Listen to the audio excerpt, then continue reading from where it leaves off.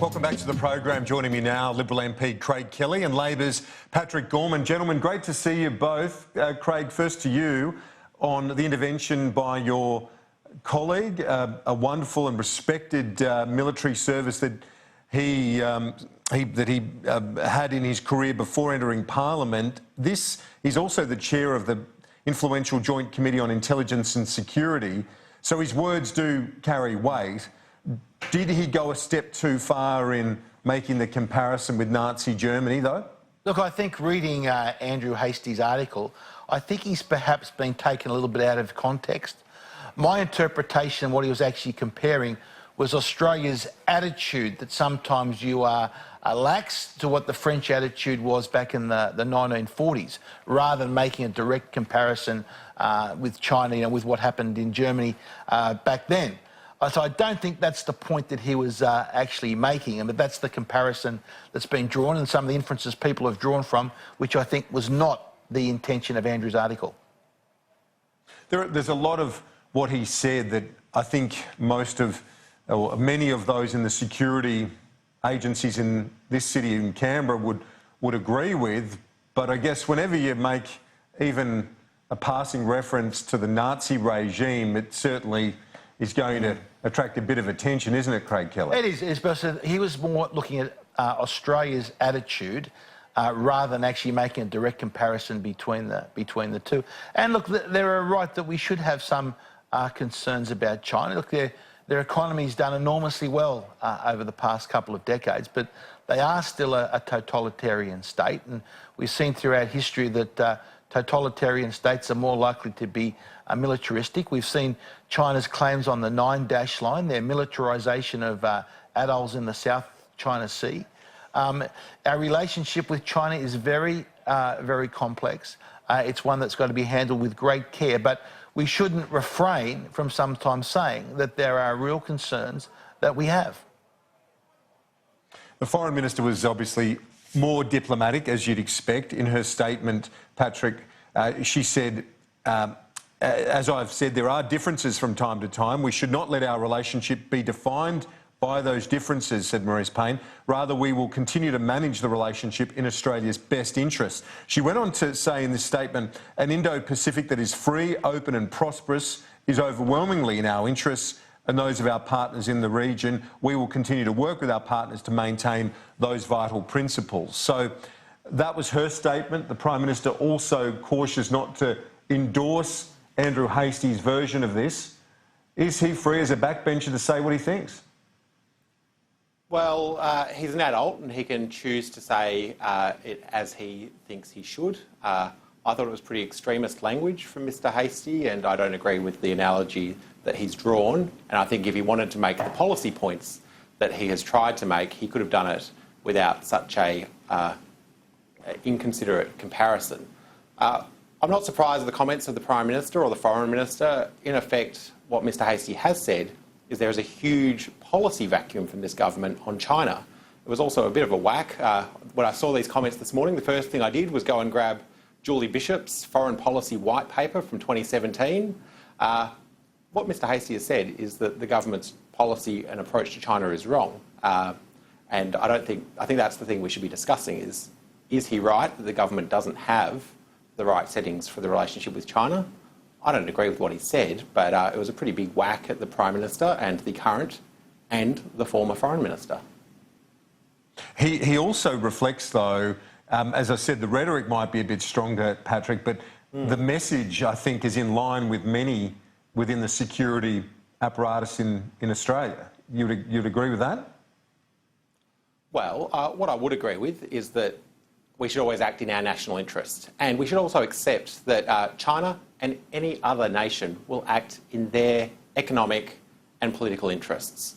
I think we should just be honest about that. We should all sort of realise that, of course, China's interests are different to our own. And I will note that the Foreign Policy White Paper does acknowledge that China's foreign policy interests are very different to our own. My approach, and I think the approach of many on the Labor side, is that you resolve these things through active engagement in international forums. I don't know if the Prime Minister is going to be attending the United Nations Leaders Summit in about a month's time, but I'm sure that in Xi Jinping's notes when they meet, if indeed the Prime Minister does attend the Leaders' Summit, this will be the first item of discussion. And so it probably hasn't made our job in influencing a peaceful rise of China within the international rules-based order. It's probably made that job harder, not easier.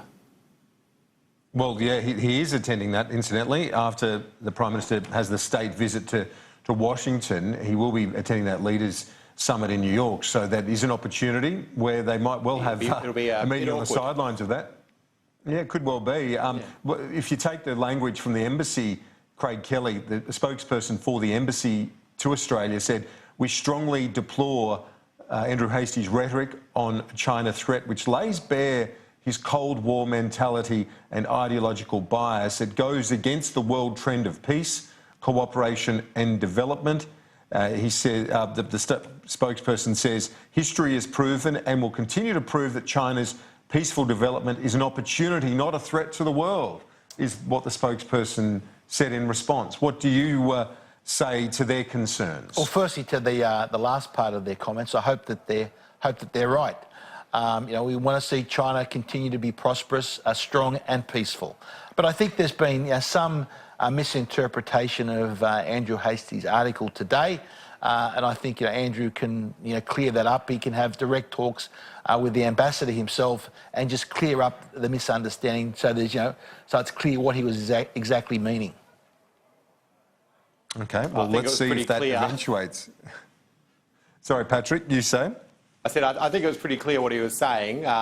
And Andrew Hastie is a very considered person. He is, as the article itself notes, the chair of the Joint Committee on Intelligence and Security. I don't think that Mr Hastie minced his words or was misinterpreted. He went out and said what he thought, and it's his right to do so. But I don't think this is one where you can just say that Mr Hastie is going to be able to come out and have a polite cup of tea with the ambassador and clear up what it was he really meant. Well, it would be an interesting discussion if that does eventuate, but let's turn our attention to the broader issue of this economic relationship, which is really looking problematic right now. Patrick, first to you on this. Do you see any scenario where Donald Trump says, OK, I'm copping too much political heat right now, Wall Street's, falling dramatically, he likes to spruik when the markets are doing well. He can't do that right now. No. The Twitter's a little bit silent on how well the American stock markets are doing. I gave up trying to guess what Trump will do next a few years ago. He is, if anything, unpredictable, and that's a key part of his negotiating and political strategy. What I do think we'll see is Australia probably realising that we have to do more to manage our relationship with our major trading partners, including the United States and China. I know that about $68 billion of exports out of Western Australia goes to China. It's very important for us. I don't think we're going to see a quick and tidy resolution of this trade war anytime soon. And that's really worrying because you've got flatlining wage growth in Australia. You've got profits for companies that have gone up much higher than wages. People are struggling. And if we have a trade war that is starting to really hit here in Australia, people are going to start to really wonder what the economic strategy of the Morrison government is. Craig Kelly, I'm interested in your thoughts on that too, because it's, as Patrick said, you're crazy if you're trying to predict everything that Donald Trump does, because that's part of his approach, is he is unpredictable. But I think he's thrown some of those on the international stage who've probably taken the US for granted in doing that, and by doing so has achieved it quite a bit on the international front on occasion. But when it comes to the 2020 election year, do you really think he wants this bubbling away, uncertainty on the markets and so on? And that, to me, would be a negative for him in an electoral sense. It's difficult from our Australian perspective to get a full handle on it, because we are fortunate we have a very large trade surplus with China. China buys a lot more from us than we buy from them. But I can understand the Americans' position when they look at the trading relationships they have with China, where there's a big trade deficit, where it's so difficult for America to get many of their products to sell into China, but it's so easy for Chinese companies to sell in America. I can understand why President Trump has taken the position that he has. All we can hope is that the Chinese do open up, remove some of those barriers that they've had to American trade, and this trade war can be over quickly, because the reality is, until it is, we'll all suffer. That's a very good point, and there's no doubt that that will happen. Even though in the short term, Patrick, Australia's benefited from China trying to boost domestic consumption to make up for the trade issues. So we've benefited in the short term. In the medium to longer term, there are no such positive outlooks around in terms of Australia's relations with China. But what's your view in terms of the way the Chinese will manage this? Because as far as I can tell, President Trump needs to give the Chinese at least enough room to save face. I'm sure they will compromise, but they need some room to save face and all of that. Yeah, and so the point you made earlier about the United States leads into the 2020 election, and they have some very specific challenges. President Trump will be seeking re-election, and at the same time, the Chinese do not face those pressures.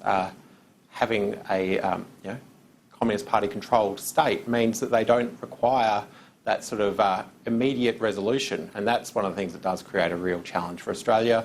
Obviously, I'm sitting here in Western Australia. Huge iron ore exports to China has underpinned much of our economic growth in the last decade plus.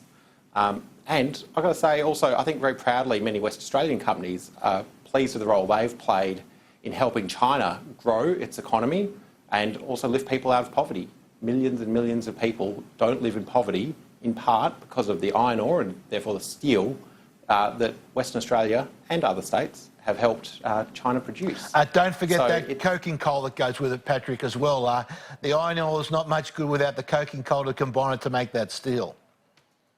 No, I'm a realist in the I'm a realist in the chemical reactions required to make steel. Yeah. Well, on the climate issues, it's interesting. Craig, the Qantas boss, Alan Joyce, he has said at an aviation summit today that he recognises that climate change events are on the increase. He pointed to Europe's recent record heat wave. So he has said that on the one hand. On the other hand, he has also warned against taxing the airlines too much. Well, firstly, Alan Joyce is simply wrong on the facts on that. If you look at the evidence, the databases from the United Nations on the number of climate change events caused by weather, there is no increase this century whatsoever. In fact, there has been a slight decrease. So what Alan Joyce is actually doing is adding to the hysteria with ill-informed comments that are wrong and actually causing Qantas problems. Now, the CEO of Qantas has got to stand up and call out some of these false comments that are being made. Otherwise, if we see a deterioration in the numbers of people travelling internationally, it's not just Qantas that will be affected. It's the entire Australian economy that relies on tourism. You know, for the little cafe next to the major hotels, to the staff that clean the rooms and make up the rooms, everyone is affected if our Australian tourism falls. And we need our captains of industry like Alan Joyce to be calling some of these false statements out rather than adding to them. Patrick, your thoughts? Look, my first thought was if Craig really cared about people who worked in hotels and worked in cafes, then maybe the Liberal Party wouldn't have cut penalty rates for hundreds of thousands of working Australians. When it comes to airlines, however, the other thing I noticed in Mr Joyce's comments was that he's recognised that the international airline industry has a commitment to halve their emissions from airline travel by 2050. That's on 2005 levels. So he's not saying that climate change, he's not saying we need to address, and indeed he's acknowledging that the international airline industry has a really important role to play. What we could do here in Australia would probably be to start with some climate change policy and some long-term energy policy, something that Mr Kelly and I probably have some very different views on how you go about doing it, but I think that's where you need to start if you're going to give... Would you put a tax on airlines, Patrick? Would you do that? Would you do what they're doing in Europe and put a tax on air travel? Well, what I'd say to you is I'm not in government. We're not going to be for 2.5 to 3 years at best. What are you going to do? So you may. Well, we're certainly not going to put a tax on the airlines like they're doing in Europe. That is simply not a policy that our side of government will have any bar on whatsoever. Now, whether you guys on the Labor side want to copy Europe and put a tax on the airlines... That's step one of your energy policy. That's step one of your energy policy. What's step two? Well, Patrick, first you're talking about the airlines. We have a renewable energy target at the moment, which is about 24%, 25%, because it's not on percentage term, it's in megawatt hours of electricity from renewables. That policy is there. And if you're a renewables believer, Patrick, we are seeing record investment. There is more investment per capita in renewables in Australia, for good or for worse, than anywhere else in the world. Gentlemen, and I am a believer in renewables. It's been and fun I also to chat to you both. We're going to wrap it up. So, Patrick, been lots of fun. Craig, appreciate it. Thanks. Have a good evening. Well, let's take a quick break. Back in just a moment. Fox Sports News update, and Richmond star Alex Rance rules out a return this season from an ACL injury.